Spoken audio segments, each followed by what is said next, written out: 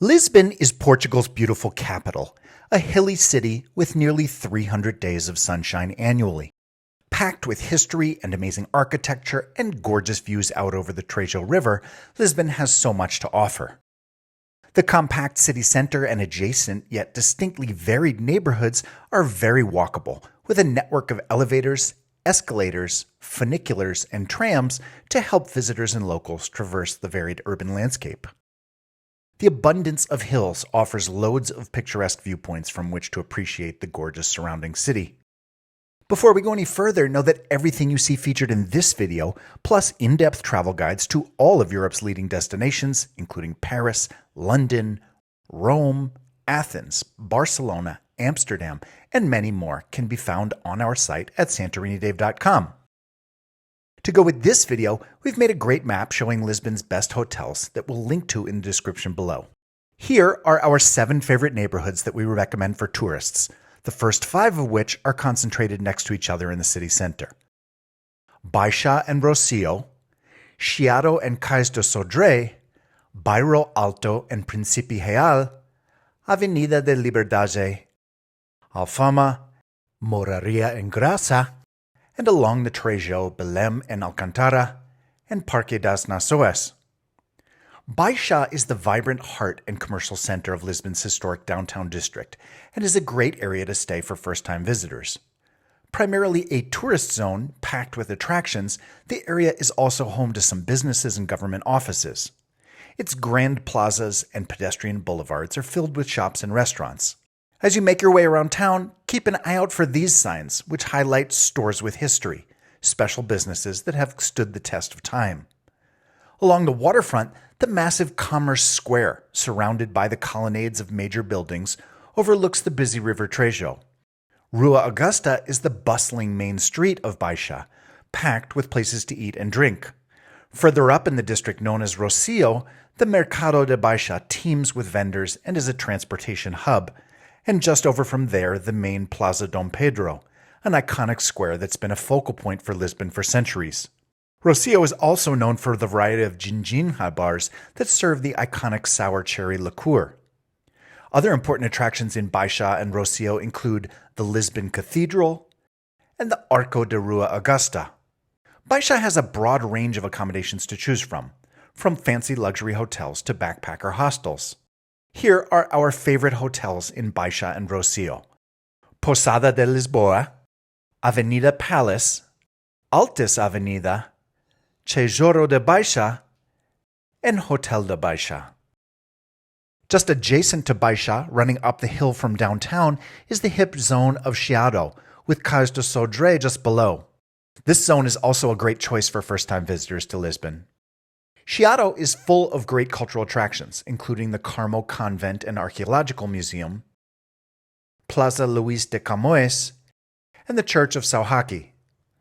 The area is also home to Livraria Bertrand, the oldest bookstore in the world, and on the adjacent street, Rua Anchieta, is the eclectic Saturday market that features books, prints, and maps, while nearby is the historic Café a Brasileira. Chiado is a great zone for shopping, from antique and contemporary tile shops to fashion boutiques, plus the huge variety of restaurants makes it one of the city's best areas for all kinds of dining. Between Chiado and the river is Cais de Sodré. Formerly a red light district, the neighborhood is now one of the city's main nightlife zones, packed with bars and clubs that go late into the night. Here you'll find the National Museum of Contemporary Art of Chiado and the iconic Time Out Market, full of varied kitchen stalls with a central open dining area buzzing with energy. Along the water is the Cais de Sodré transportation hub, with regional trains, a city metro stop, and ferries that bring passengers across the river to multiple destinations. Chiado is home to some of the city's finest hotels, but also has lots of more affordable options that tend to be closer to the Cais de Sodré portion of the zone. Hotels we recommend in this area include Le Consulat, the Ivans, Bairro Alto Hotel, Casa Balthazar, and Corpo Santo. Both adjacent to and above Chiado are the Barrio Alto and Principe neighborhoods. These areas are frequented by the young and hip who come to party. Bairro Alto is a little grungier, while Principe is more affluent. First, we'll take a look at Bairro Alto, a compact maze of streets that some visitors access via funicular up from the waterfront zone below, or one of the trams that transit through. It's filled with bohemian outlets, bookshops and record stores, and also has some terrific vistas. The district is full of centuries-old houses, vibrant street art, and restaurants serving international cuisines. While right next to Chiado, Bairro Alto is more residential, with smaller businesses and a tighter neighborhood feel. At night, the area is loud and raucous with young people who come to drink and party at the endless small bars that fill many blocks. Principe is full of art galleries and antique shops, designer fashion spots, and shishi restaurants led by celebrity chefs. As Chiado transitions into Principe, the beautiful Mirador de St. Peter of Alcantara, a garden park with fountains, has territorial city views and comes alive at night with a DJ and bar stalls. At the corner of the park is a funicular that descends a few steep blocks down the hill for those who prefer it to walking up or down. In the center of Principe is a wonderful, lush garden park with massive cypress trees. Just across the street is Embaixada, a former palace now converted into a mini mall of all local vendors, while nearby, the National Museum of Science and Natural History includes a vast tropical botanical garden just next door. Places to stay in these areas tend to be smaller, stylish hotels or apartment rentals. Make sure to avoid Bairro Alto if loud drunken revelers in the streets below aren't your thing. Here we suggest Memo Principe Lumiares Hotel and Spa, Casa do Principe, and Vintage Hotel and Spa. Heading northeast, Avenida de Liberdade is a long, tree-lined area that runs from the giant Parque Eduardo VII at the top of the hill to the Plaza Dom Pedro at the bottom. This is an affluent zone that's home to the city's fanciest hotels, best shopping, and priciest real estate. More modern than the historical downtown, a pedestrian walkway runs down the heart of the boulevard, while fancy luxury brands and art galleries line the sidewalks. At the top of Avenida de Liberdade, Parque Eduardo VII includes a great viewpoint with incredible vistas of the city. It's also home to the especially wonderful Estufa Fria, a covered greenhouse and botanical garden featuring different climatic zones, with walking paths that meander between quaint ponds and fountains. While Avenida de Liberdade is home to many luxury hotels, one can also find plenty of mid-range options here as well. It doesn't have the energy of the historic downtown or the charm of some other neighborhoods, but it is still central, has loads of great restaurants, and is easy to get to and from.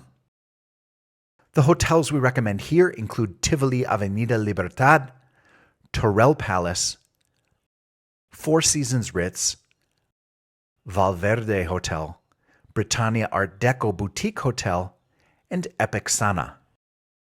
Alfama, a romantic neighborhood located up the hill from the city center, is a residential tangle of narrow streets and alleyways above the waterfront. With its deep history, beautiful buildings, killer views, and a handful of great attractions, the area is very popular with tourists. That being said, it's still a great zone to wander and get lost in, with various flea markets, tons of cafes lining the streets, and small shops selling locally made tiles and other crafts. The most impressive site in Alfama is the amazing hilltop castle of St. George, a large compound with the best views out over Lisbon. Other popular sites here include the National Pantheon, Alhube Resistance and Freedom Museum, and the Church of St. Vincent de Fora. Alfama accommodation options tend to be more affordable and smaller hotels and guest houses. If you're walking, plan on plenty of stairs to get up into and around this zone. Our favorites here are Santiago de Alfama, Solar do Castelo Hotel, Palacete Chafariz del Rey, and Aurea Museum. Between Rossio and Alfama are the working class and immigrant enclaves of Mouraria and Graça. If you're walking up to the São Jorge Castle, you might pass through this dense hillside area that's full of little ethnic shops and eateries and small bars that often have live music at night. Two great spots here are the viewpoints you'll pass as you wind your way to the top, Mirador de Graça and Mirador de Sonora del Monte, both with sweeping views out to the hillsides and valleys below. In this area, we recommend the Casa del Arte Clubhouse. Out west from the city center is the popular zone of Belém, which is a great choice for families. A concentration of great attractions make Belém a very popular draw for tourists. Next to the National Carriage Museum, there's the Portuguese President's Residence at the National Palace of Belém, then the UNESCO World Heritage Site of the historic Hieronymus Monastery. Directly across a large garden from there are the Centro Cultural de Belém and the Museum of Contemporary Art.